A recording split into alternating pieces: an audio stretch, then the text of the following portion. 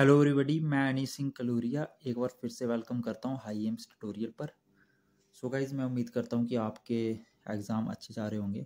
और अभी आपका जो आने वाला एग्ज़ाम है, फिज़िक्स का जो एग्ज़ाम है, जो 18 को है, JNK बोर्ड के जो बच्चे हैं, तो आज हम कुछ इम्पॉर्टेंट क्वेश्चंस देखेंगे फ़िज़िक्स के, जो कि आपको एग्ज़ाम में हेल्प करेंगे। मैं सबसे पहले बता दूं, आज हम फर्स्ट जो हमारे 6 यूनिट है, मतलब जो पार्ट फर्स्ट है फिज़िक्स का क्लास 11th का, उसके हम इम्पॉर्टेंट टॉपिक्स देखेंगे। ऐसा नहीं है कि ये सारे टॉपिक ही आपको एग्जाम में आएंगे, ये ऐसे टॉपिक हैं जो आपने स्किप नहीं करने, मतलब ऐसे टॉपिक हैं जो आपने एग्जाम में छोड़ के नहीं जाना है। और ये टॉपिक बार बार एग्जाम में आते हैं, काफ़ी बार रिपीट भी ये होते हैं। और साथ में मैं आपको बता दूं, ये आपकी काफ़ी हेल्प करेंगे एग्जाम में। वैसे तो आपको सारा ही सिलेबस पढ़ के जाना है एग्जाम में, लेकिन ये टॉपिक एटलीस्ट आपको स्किप नहीं करने। तो स्टार्ट करते हैं। हमारे पास जो फर्स्ट यूनिट है वो है मैथमेटिकल टूल्स। ये आपको पता है इसका वेटेज कितना है, 4 मार्क्स में आपको एग्जाम में आता है। इसमें आपने बस एक टॉपिक अच्छे से पढ़ के चले जाना है, और ये टॉपिक हमेशा आता है एग्जाम में। एब इनिशियो मेथड से आपने साइन एक्स की डिफ्रेंसिएशन, साइन एक्स को डिफ्रेंशिएट करना है, कॉज एक्स को करना है, e raise to power x को, लॉग एक्स को, और x raise to power n को। अगर इनकी आप डिफ्रेंसिएशन कर देते हैं एब इनिशियो मेथड से, तो आपके 3 मार्क्स यहाँ से पक्के हैं। 2 मार्क्स में पूछ सकते हैं, 3 में पूछ सकते हैं, और बार बार पूछते हैं। फर्स्ट यूनिट से आपको इधर से पूछता है। बाकी ऐसे डिफ्रेंसिएशन पूछ सकता है, किसी की सीधे सीधे पूछ लेगा किसी डिफ्रेंसिएशन। 1 मार्क्स में वो अलग बात है, लेकिन अगर मैं 3 मार्क्स की बात करूँ तो एब इनिशियो मेथड से आपको क्वेश्चन जरूर आएगा। उसके बाद मैं सेकंड यूनिट की बात करूँ, मेरे पास सेकंड यूनिट है फिजिकल वर्ल्ड एंड मेजरमेंट।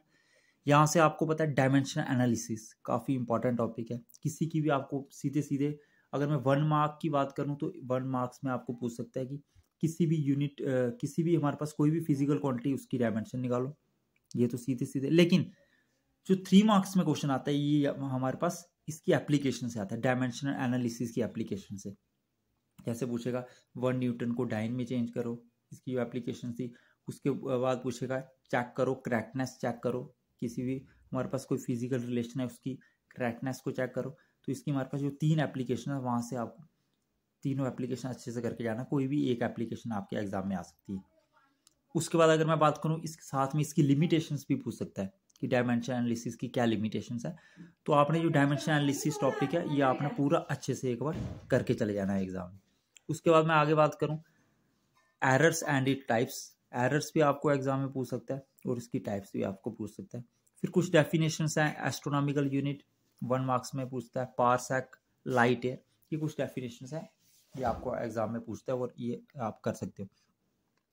उसके बाद जो हमारे पास ये फर्स्ट यूनिट मैंने आपको बताया 4 मार्क्स का था। सेकंड यूनिट हमारे पास physical world and measurement 5 marks का।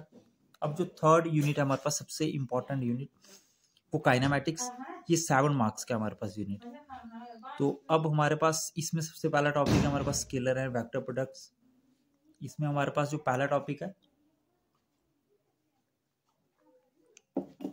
हमारे पास पहला टॉपिक कौन सा बोला मैंने, scalar and vector product.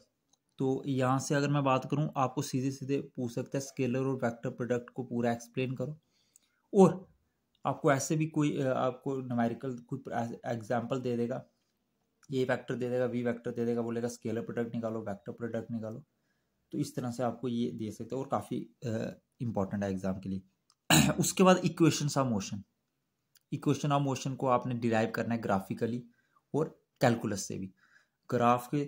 Graph को यूज करके भी आप इसको डिराइव कर सकते हो, और कैलकुलस जैसे आपको एग्जाम में पूछेगा। अगर आप ग्राफिकल पूछता है तो ग्राफिकल करना है, अगर कैलकुलस से पूछेगा तो कैलकुलस से। अगर आपको ना ग्राफिकल पूछता है ना कैलकुलस, फिर आप अपनी चॉइस है आपकी, कोई भी मेथड से आप कर सकते हैं। वैसे कैलकुलस वाला ईजी रहता है, उसमें आपको ग्राफ नहीं बनाना तो टाइम बचता है, लेकिन आपको एग्जाम में दोनों पढ़ के जाना है। फिर उसके बाद बात करूँ आगे, मेरे पास जो नेक्स्ट टॉपिक है, ये भी काफ़ी इंपॉर्टेंट टॉपिक है, लॉ ऑफ वेक्टर एडिशन। इसमें हमारे पास 3 लॉ होते हैं। ट्राइंगल लॉ पहला लॉ है हमारे पास, दूसरा पैरेललोग्राम लॉ, और तीसरा पॉलीगन लॉ।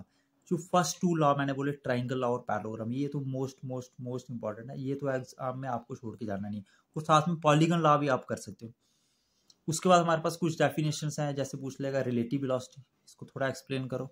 एवरेज वेलोसिटी की डेफिनेशन पूछी है, इंस्टेंटेनियस वेलोसिटी की डेफिनेशन पूछी है। तो इस तरह से ये टॉपिक आपने स्किप नहीं करने हैं। वैसे काइनेमेटिक्स के जितने भी वो टॉपिक हैं वो भी आपको करने हैं, लेकिन एटलीस्ट इतने टॉपिक आपको एग्जाम में करके जाना है। उसके बाद मैं अगर यूनिट 4 की बात करूं, लॉज ऑफ मोशन, ये लॉज ऑफ मोशन यूनिट आपके लिए काफ़ी इजी होगा, क्योंकि 10th तक भी आप इसमें फोर्स के बारे में, फ्रिक्शन है हमारे पास तो पढ़ते आ रहे हो। यह काफ़ी इजी और काफ़ी छोटा यूनिट है और ये आपको 7 मार्क्स देगा। तो सबसे पहले मैं अगर बात करूँ, इसमें मेरे पास सबसे पहला टॉपिक है, इसमें डेफिनेशन आपको इम्पल्स की बार बार पूछता है। उसका यूनिट आपको पता है, जब डेफिनेशन लिखनी है तो फार्मूला लिखना है इम्पल्स का और फिर यूनिट भी लिखना है। फिर Newton laws of motion, Newton first law, second law और थर्ड लॉ। और सेकंड लॉ जो है उसको आपने डिराइव करके बताना है, जो फोर्स होती है मास इनटू एक्सेलरेशन के इक्वल, इस तरह से आप डिराइव करके बता सकते हो उसको। तो तीनों लॉ काफ़ी इंपॉर्टेंट है और इनकी एग्जाम्पल भी आपको आनी चाहिए। उसके बाद मैं अगर बात करूँ law of conservation of linear momentum की, ये भी आपने डिराइव करना है, प्रूफ करना है। ये भी काफ़ी इंपॉर्टेंट है, काफ़ी बार एग्जाम में पूछा गया। लॉज ऑफ लिमिटिंग फ्रिक्शन, इसके कुछ लॉज हैं वो आपको लर्न कर लेने हैं अच्छे से। फिर कॉफिशिएंट ऑफ फ्रिक्शन और एंगल ऑफ फ्रिक्शन, इसकी डेफिनेशन आपको पता होनी चाहिए और इन दोनों के बीच में रिलेशन भी पता होना चाहिए कि म्यू और थीटा। कॉफिशिएंट ऑफ फ्रिक्शन को म्यू से डिनोट करते हैं और एंगल ऑफ फ्रिक्शन को थीटा से। म्यू और थीटा के बीच में क्या रिलेशन होता है, mu equals to tan theta होता है। तो ये रिलेशन आपको डिराइव करके बताना है। फिर आपको एंगल ऑफ रिपोज और angle of sliding, angle of repose बोलो या एंगल ऑफ स्लाइडिंग बोलो, अल्फा से डिनोट करते हैं।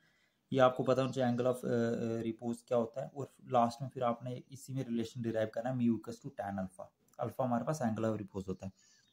फिर एक क्वेश्चन है जो काफ़ी इजी क्वेश्चन है और बार बार एग्जाम में पूछा गया, friction is a necessary evil. मतलब इसमें हमें बताना है कि जो फ्रिक्शन है उसकी एडवांटेजेस और डिसएडवांटेजेस बतानी है। और साथ में फ्रिक्शन का आपको ये भी पता होना चाहिए कि फ्रिक्शन को हम कैसे रिड्यूस कर सकते हैं, कौन कौन से मेथड्स हैं, पॉलिशिंग से, लुब्रिकेशन से। तो ये कुछ मेथड्स हैं, वो भी आप देख लेना। लेकिन एडवांटेजेस और डिसएडवांटेजेस फ्रिक्शन की, ये काफ़ी बार आपको एग्जाम में पूछा। फिर लास्ट टॉपिक है हमारे पास जो लॉज ऑफ मोशन का, वो है व्हीकल ऑन बैंक्ड रोड, या सीधे बोल सकते हो banking of road. Banking of road ये हमारे पास टॉपिक है। सो हमारे पास जो फर्स्ट 4 यूनिट के हमने इंपॉर्टेंट टॉपिक्स थे वो कवर कर लिए। अब मैं जो हमारे पास 5th यूनिट है, वर्क, पावर एंड एनर्जी, इस यूनिट पे आ जाता हूँ। तो इस यूनिट में हमारे पास वर्क है। सीधे सीधे आपको वर्क की डेफिनेशन पता होनी चाहिए, एग्जाम में पूछ सकता है। इसका यूनिट भी पूछ सकता है, पावर क्या डेफिनेशन, इसका यूनिट। और एनर्जी हमारे पास काइनेटिक और पोटेंशियल एनर्जी। इसमें सबसे पहले अगर मैं इसमें इंपॉर्टेंट टॉपिक देखूँ तो मेरे पास कौन सा है, काइनेटिक एनर्जी का एक्सप्रेशन आपको डिराइव करना है। आपको एग्जाम में ऐसे पूछ लेगा, derive an expression for the kinetic energy of the body. अभी जो सप्लीमेंट्री का एग्जाम हुआ था तो उसमें भी हमारे पास टॉपिक आया था। उसके बाद आगे वर्क एनर्जी थ्योरम बोलो या वर्क एनर्जी प्रिंसिपल बोलो। आपको एग्जाम में बोलेगा state and derive work energy theorem और state and derive work energy principle. तो आपने क्या करना है यहाँ पे, ये काफ़ी बार एग्जाम में पूछा गया, इस टॉपिक तो आप स्किप कर ही नहीं सकते हो। इसमें आपने वही बताना है कि जो हमारा वर्क डन होता है वो चेंज इन काइनेटिक एनर्जी के इक्वल होता है। तो ये अच्छे से कर लेना, आपको एग्जाम में 3 मार्क्स में पूछ सकता है। फिर relation between kinetic energy and linear momentum, ये आपको 2 मार्क्स में पूछ सकता है, काइनेटिक एनर्जी और लीनियर, और काफ़ी बार पूछा भी गया है। फिर जैसे आपने काइनेटिक एनर्जी की डेरिवेशन की, वैसे आपको पोटेंशियल एनर्जी की डेरिवेशन भी पूछ सकता है कि derive an expression for the potential energy of the body. फिर principle of conservation of energy, ये भी काफ़ी इंपॉर्टेंट है। इसमें अगर आपने डिराइव किया हो तो इसमें हम 3 पॉइंट लेते थे, ए बी सी, और हर एक पॉइंट पे हमने बताना था कि हमारी एनर्जी सेम रहती है। ये भी काफ़ी इंपॉर्टेंट है। फिर कोलिजन से हमारे पास आपको पता है इसके टाइप्स इलास्टिक और इनइलास्टिक होते हैं। और जो इलास्टिक कोलिजन है ये काफ़ी इंपॉर्टेंट है। इलास्टिक कोलिजन इन 1 डायमेंशन और इलास्टिक कोलिजन इन 2 डायमेंशन, ये पूरी इसकी जो डेरिवेशन है काफ़ी बड़ी डेरिवेशन है। तो इसमें जो वेलोसिटी निकालते थे हम, कोफिशिएंट ऑफ रेस्टिट्यूशन निकालते थे, इस तरह से होगा। तो ये आप कर लेना डिराइव। अब मैं अगर फर्स्ट जो हमारे पास पार्ट है फिजिक्स का, उसके लास्ट यूनिट की बात करूं, फर्स्ट बुक के लास्ट यूनिट की बात करूं, तो मेरे पास है motion of system of particle and rigid body. तो इसमें हमारे पास जो सबसे इंपॉर्टेंट टॉपिक है वो है principal of conservation of angular momentum. जैसे आपने पीछे principal of conservation of linear momentum देखा, तो यहाँ पे आपने एंगुलर मोमेंटम जो इसको प्रूफ करना है। फिर मूवमेंट ऑफ इनर्शिया, आपको डेफिनेशन पता होना चाहिए, इसका फार्मूला पता होना चाहिए। फिर रेडियस ऑफ जाइरेशन, ये भी काफ़ी इंपॉर्टेंट है, इसको भी आपने प्रूफ करके बताना है। और फिर जो सबसे इंपॉर्टेंट टॉपिक है इस यूनिट का, वो 2 थ्योरम है हमारे पास, थ्योरम ऑफ परपेंडिकुलर एक्सिस और थ्योरम ऑफ पैरेलल एक्सिस। ये दोनों थ्योरम आपने करके जाना, अगर एक थ्योरम कर रहे हो तो दूसरी भी करके जाना, क्योंकि दोनों एग्जाम में कोई सी भी आपको पूछ सकता है। सो गाइज मैं उम्मीद करता हूँ कि आपको ये जो टॉपिक हैं जो आज मैंने बताया, ये आपको अच्छे से इंपॉर्टेंट टॉपिक पता चल गए होंगे, कौन कौन से टॉपिक हैं जो आपने एग्जाम में स्किप नहीं करके जाना है। वैसे तो आपने सारा पढ़ना है, अगर आप हमारे साथ जुड़े थे पूरे साल, अगर जो बच्चे हमारे ट्यूटोरियल के साथ जुड़े थे उनको तो आपने पूरा सिलेबस करवाया हुआ है। तो बाकी सिलेबस भी तुमने करना ही है, लेकिन इतने टॉपिक आपने स्किप नहीं करने एग्ज़ाम। और जो बच्चे कहीं और पढ़ रहे थे, किसी दूसरे ट्यूटोरियल में थे या कहीं और ऑनलाइन पढ़ रहे थे, तो उन बच्चों के लिए भी ये जो टॉपिक हमारे इंपॉर्टेंट रहेंगे जेके बोर्ड एग्जामिनेशन के लिए। So thank you so much guys.